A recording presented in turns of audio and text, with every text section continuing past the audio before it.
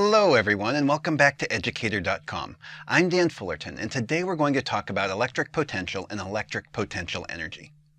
Our objectives include determining the electric potential in the vicinity of one or more point charges, calculating the electrical work done on a charge, determining the direction and approximate magnitude of the electric field at various positions given a sketch of equipotentials, calculating the electrostatic potential energy of a system of two or more point charges, and finally stating the relationship between electric field and electric potential.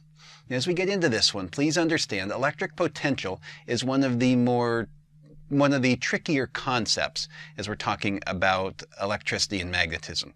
It's not one that typically makes a whole lot of intuitive sense, at least the first couple times you've seen it. So some of this may feel a little bit nebulous and cloudy as you go through it the first time. That's not unusual at all. All right, electric potential energy. Let's start there. When an object was lifted against gravity by applying a force for some distance, we had to do work to give that object gravitational potential energy.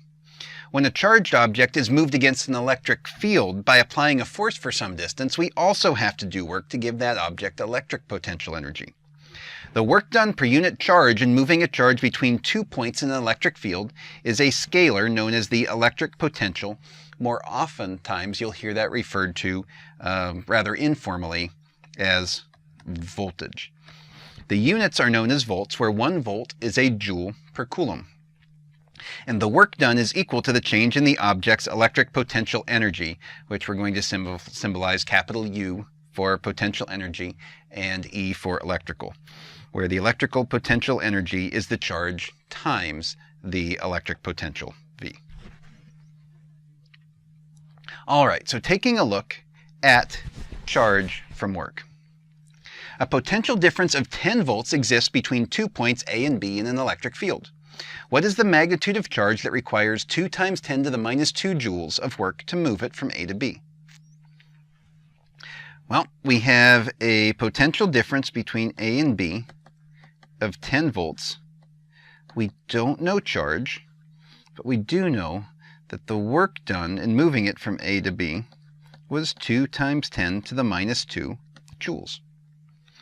So work going from A to B equals Q times electric potential. Therefore, our charge, Q, is the work done divided by that electric potential, which is 2 times 10 to the minus 2 joules divided by 10 volts. Or charge is equal to 2 times 10 to the minus 3 coulombs. Pretty straightforward problem to start us off. Let's take a look at electric energy.